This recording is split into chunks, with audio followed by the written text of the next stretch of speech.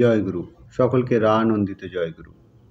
আমরা প্রত্যেকেই ইষ্টভৃতি সুস্থয়নী সম্পর্কে অবগত আছি। এই ইষ্টভৃতি এবং সুস্থয়নীর অর্ঘ্য যদি কখনো চুরি হয়ে যায়, তাহলে আমাদের সেক্ষেত্রে কী করণীয়? পরমদয়াল তো এ বিষয়ে বলে গেছিলেন যে ইষ্টভৃতি ও সুস্থয়নীর অর্ঘ্য চুরি গেলে ভিক্ষা করতে হয়।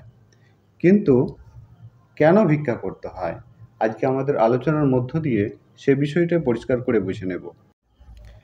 ইষ্টভৃতি সুস্থয়নী সম্বন্ধে একবার কথা ওঠায় পরমদয়াল বলেছিলেন, নিত্য এটা নিষ্ঠা সহকারে করলে মস্তিষ্কে এমন একটা ছাপ পড়ে যে বিপদ আপদের সময় জাগ্রত হয়ে তা রক্ষা করে। নিত্য এটা করতে থাকলে অস্তিত্বের একটা স্তম্ভস্বরূপ হয়ে দাঁড়ায়।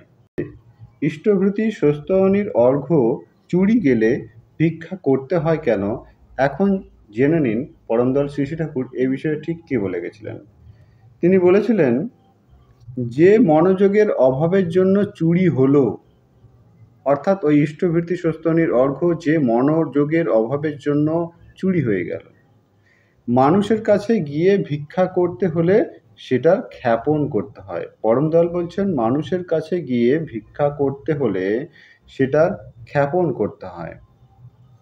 অনেকে হয়তো মুখ বেঁকায়, অনেকে হয়তো কত প্রশ্ন করে, এর ভিতর দিয়ে সে নিজের দোষ সম্বন্ধে আরও সচেতন হয়ে নিজেকে সংশোধন করতে চেষ্টা করে। আজকের আলোচনা তাহলে এ পর্যন্তই। আলোচনা প্রসঙ্গে ঊনবিংশ খণ্ড, পৃষ্ঠা 307।